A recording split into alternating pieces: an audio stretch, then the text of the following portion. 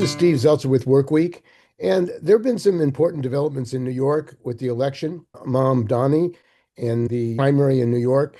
And joining us, Joe Maniscalo. He's the senior editor of Work Bites and has been covering labor struggles in New York, and particularly the struggle around the fight against privatization of Medicare Advantage, and what that means to working people, retirees, and the trade union movement. So welcome to our show, Joe. Thanks a lot, Steve. Happy to be here. So, Joe, first of all, why don't we talk about this long struggle? It's been a very important struggle in New York labor around protecting Medicare and what happened in that struggle.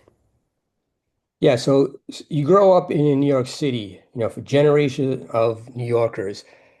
At some point, your parents told you, yeah, do what you want to do, but as a fallback, always get a good city job. Always have a good city job lined up. And what a good city job has always meant was a pension and health care that you would have when you get old and you And yeah, so that's what was always considered a good city job, a pension and health care. I mean, that's what generations of New Yorkers plan their lives around. I would speak to retirees all the time who said, this is what we did 40 years ago, myself and my partner. We decided one person would go into private sector, another person would go into civil service so that one of us would have that guaranteed health care. Now, with the Medicare Advantage push, that is all thrown away by the wayside. and unfortunately, as I understand it, not only are the private insurers like United Healthcare pushing but United Medicare Advantage, but also the unions have gone along. Why don't you explain that process of how the unions ended up both supporting Medicare Advantage and also telling workers that they had no choice as far as Medicare? Yeah, like what happened in New York City was, unique to this city, but it also runs parallel to what was happening nationwide, where labor, on a national level, as you know, has really embraced privatization, really embraced Medicare Advantage. In New York City, it goes back to the Bloomberg years when, during his 12 years, in office, he didn't settle any union contracts. So when Bill DeBlasio came in around like, in 2014, he's like, oh yeah, we're going to take care of these contracts. We're going to give people raises, but I need like $600 million dollars in healthcare costs savings because the city of New York, since for the last 50 years, always covered that 20% that Medicare doesn't pay. So basically, what happened is a lot of the public sector unions here in New York City threw their retirees under the bus. They say like, yeah, we'll get the raises, but we're going to use a fund that was set up, a health stabilization fund. We're going to use that to pay for it. And then in doing so, they promised that they would find $600 million dollars a year in savings. And the way that they were able to do that was Medicare Advantage. Well, how has that affected the retirees and other workers who were forced into Medicare Advantage? I can't tell you, Steve, how many retirees I've, interviewed over the last 4 years who are just devastated by this. And these are people who either started out the Medicare Advantage fight, battling serious life-threatening illnesses, or developed life-threatening illnesses during the fight. And their lives, their retirements, number one, are shattered because instead of going on a trip to see the world like they planned, they're out on the streets in all kinds of weather protesting this push, and there's no end to the horror stories of the people who have Medicare Advantage here and in other states. They go to their doctor to use it and they can't get the care that they need. And United Healthcare has been making a lot of money, even using AI to deny people benefits. Is that part of what's going on? Yeah, I mean, things were bad enough before AI. And now you have these algorithms, playing a part. Yeah, it's hysterical. Remember, back in the day, crazy Sarah Palin. Oh, there's death panels that's going to determine, if you get health care, if we have socialized medicine. Well, here you have totally privatized medicine, and you actually do have a dehumanized cold system that is determining whether you get the healthcare you need to live or die. And this movement against Medicare Advantage, against privatization, and the deal that the New York Municipal Union leadership made, apparently they've had some success with lawsuits and fighting the implementation of this. So the main group of retirees that have been fighting this in the court is the New York City Organization of Public Service Retirees.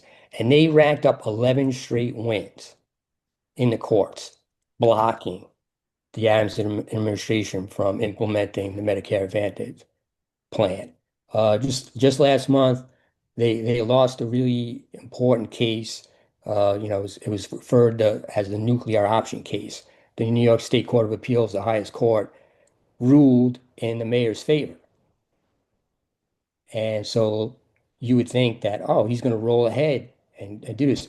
2 days later, he announced that he was abandoning the Medicare Advantage push.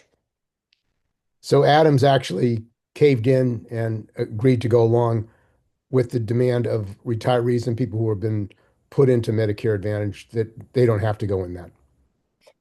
Yeah, at this time, he said, like he's citing the costs. The costs weren't a problem, this whole time, the last 3 years, he's been around, but now it's a problem. I don't know. It might have something to do with his reelection campaign, Steve. I'm not sure, but that And might. let's talk about how that figures in the primary because this is an important political issue. And actually, elected politicians who supported the fight against Medicare Advantage were actually retaliated against by some unions, weren't they? In the case of AFSCME or some unions. Yeah, DC 37, District Council 37 is the largest public sector union in New York City. And their executive director, Henry Garrido, is one of the main architects of the Medicare Advantage push in New York City. And he's on record saying like we are going to go after any city council person. We're going to use our resources to go after them if they support the retirees and their legislation in the New York City Council. They have a bill, Intro 1096, that would codify their existing healthcare benefits and stop the Medicare, anybody else, any future mayor from trying to push them into Medicare Advantage. And he's definitely, that was one of my headlines. He's scaring the bejesus out of the New York City Council members who are, you have city council members here who are on the Intro 1096 and then hopped off when they got spoken to. And also, apparently, the retirees chapter of AFSCME was actually put in trusteeship. It's still in trusteeship. DC 37 Retirees Association, the AFSCME actually swooped down and suspended all the offices and changed the locks on the doors, and it's still under receivership. They claim it was because the group was really loose in their financial filings. They lost their nonprofit status. And like you talk to everybody, it's like that was a minor thing. They got it back. If that was a rationale, why not take them out of receivership? Because they've cleared up their IRS issue. They have their nonprofit status back, but they're still in receivership. And that group had been part and parcel of the push against Medicare Advantage. They had members that were also members of the New York City Organization of Public Service Retirees fighting the Medicare Advantage in the push. And they donated to that cause.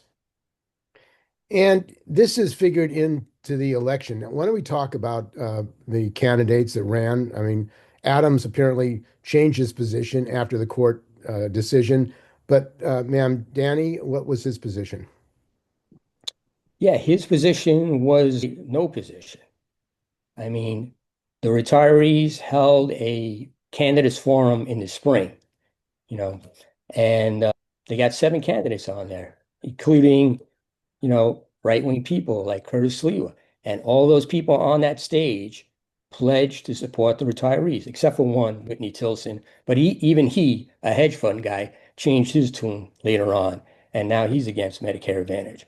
But noticeably absent was this big scary socialist that everyone is supposed, every every established person in New York City is supposed to be afraid of was not there.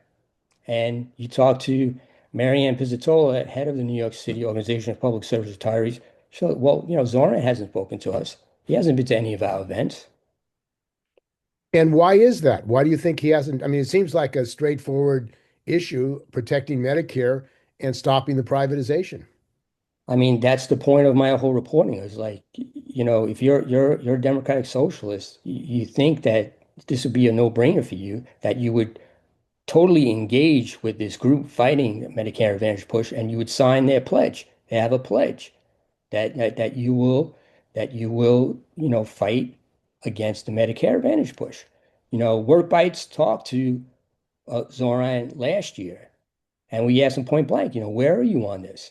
And he gave us, Steve has just really served up a lot of weak tea, basically, and he basically saying, oh, things are going to be so good when I'm mayor that intro 1096 won't be needed. I was like, well, maybe that's all well and good, Zoran, but what happens after you're gone? And another mayor. Also, isn't this a national issue? I mean, the whole issue of privatization of Medicare is a national issue.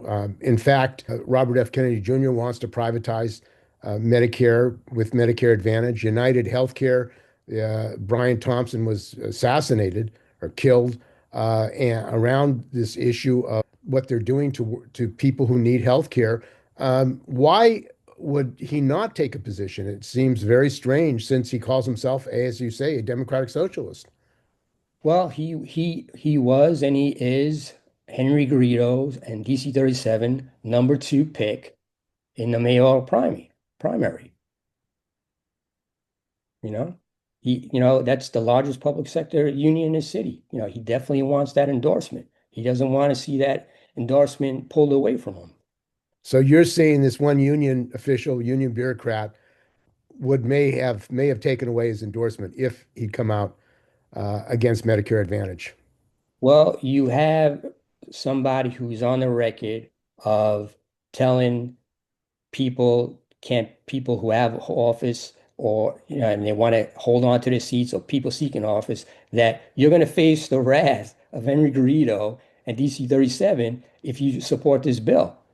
And we have Zoran, a democratic socialist, who would you think this is a no-brainer? We're going to codify New York City municipal retirees Medicare, traditional Medicare benefits. Yeah, I'm going to sign up for that. And he hasn't.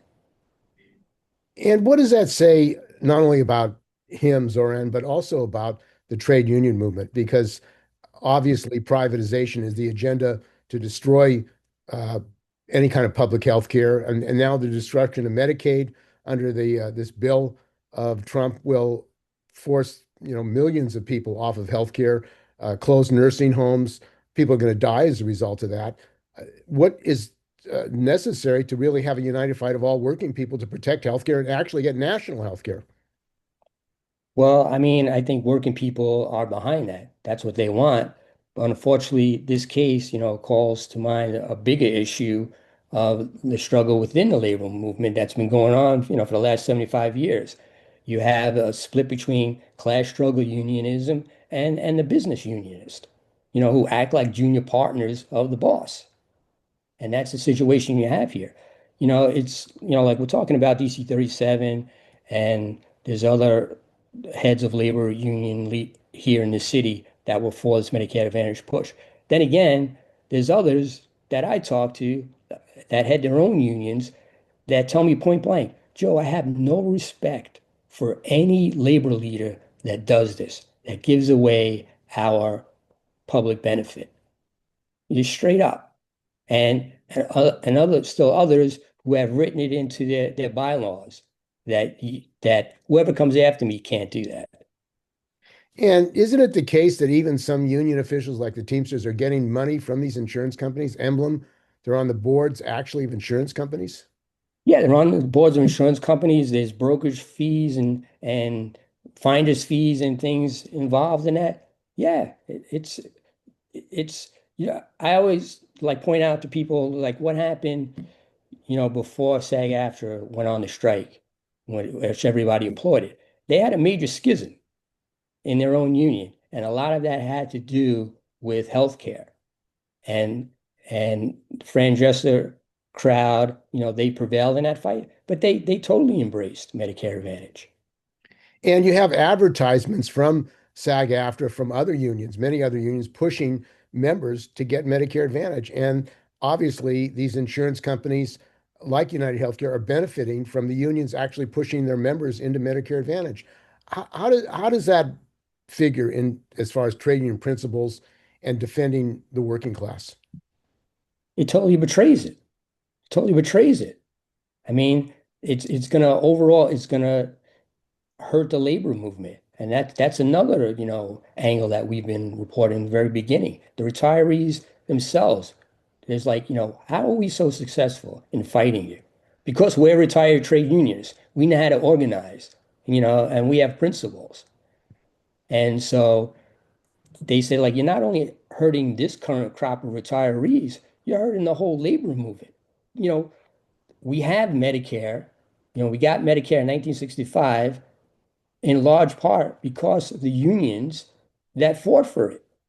And now, fast forward to today, and what happened? They're just like throwing the doors open into privatization. They're on the same page with Trump on Project 2025. And this has of course been going on for a number of years. And the Democrats actually voted for Medicare Advantage to allow these insurance companies to get involved in the Medicare Advantage. And one of the reasons was that Medicare doesn't fully cover all the things it should cover.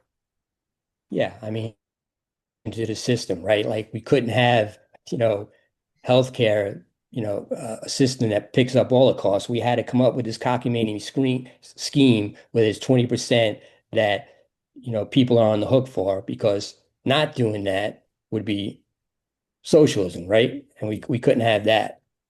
So again, like that was the meta gap that the city of New York, throughout almost 60 years now has been picking up.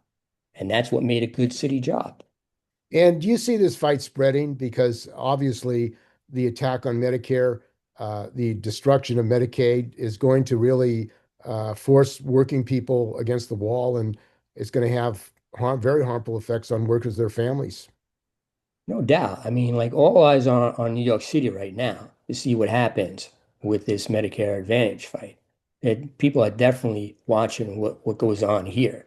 And they're seeing that Medicare Advantage is the labor part of this that was pushing for it is totally fragmented now. You have like one of the principals was Michael Mulgrew, head of the UFT, the teachers union. He was one of the main proponents after his retiree chapter was taken over by anti-Medicare Advantage forces. He had to back up and he had to drop it. And so now they're officially against the plan. So the retirees in New York City, they're winning. They're winning. And that culminated in Eric Adams, recently announcing that he was dropping the plan. And that's because the retirees in New York City fought back. They fought back on the streets and in the courthouses. And maybe you can talk about work bites because your publication is the foremost in covering this whole struggle to protect Medicare, what Project is doing, and how people can get involved in supporting it. Yeah, I mean, I like to call them work by its builders. If you want to help us build this independent fighting labor news outlet, become a work by its builder and support us. We're a 501(c)(3) nonprofit organization.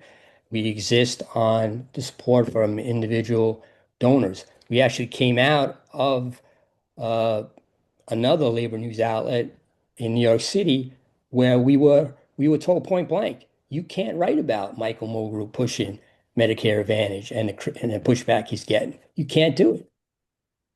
So we said that's journalistic malpractice. We're not doing it. We're starting our own independent news outlet, and that's how we have Work Bites right now. Okay, well, I want to thank you for joining us, Joe. And I think that your coverage has been very important for educating not only workers in New York, but workers nationally. So thanks for joining us. Thanks a lot, Steve. Anytime.